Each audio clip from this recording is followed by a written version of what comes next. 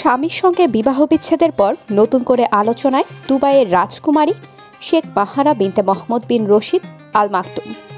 গত জুলাইয়ে সামাজিক মাধ্যমে বিচ্ছেদের কথা জানিয়েছিলেন তিনি। এবার নতুন এক সুগন্ধি বাজারে আনার ঘোষণা দিয়ে শিরোনাম হলেন এই রাজকুমারী। মাহরার প্রসাধনী সংস্থা মাহরা M1 এর তৈরি করা নতুন সুগন্ধির নাম ডিভোর্স।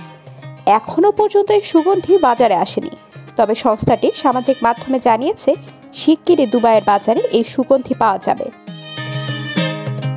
সামাজিক মাধ্যমে প্রকাশিত ছবিতে দেখা যায় সুগন্ধির কালো বোতলের গায়ে ইংরেজি হরফের সাদা কালিতে লেখা ডিভোর্স।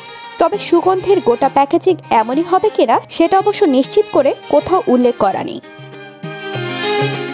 এর আগে দুবাইয়ের রাজকুমারী শেখা মাহরা বিনতে মোহাম্মদ বিন রশিদ আল মাকতুম ইনস্টাগ্রামে এক পোস্টে তার ব্যবসায়ী স্বামী শেখ মানা বিন মোহাম্মদ বিন রশিদ বিন মানা আল মাকতুমকে তালাক দেওয়ার ঘোষণা দিয়েছিলেন। শেখা মাহরা দুবাইয়ের শাসক মোহাম্মদ বিন রশিদ আল মাকতুমের মেয়ে। গত বছরের মে মাসে শেখ মানার সঙ্গে তার বিয়ে হয়।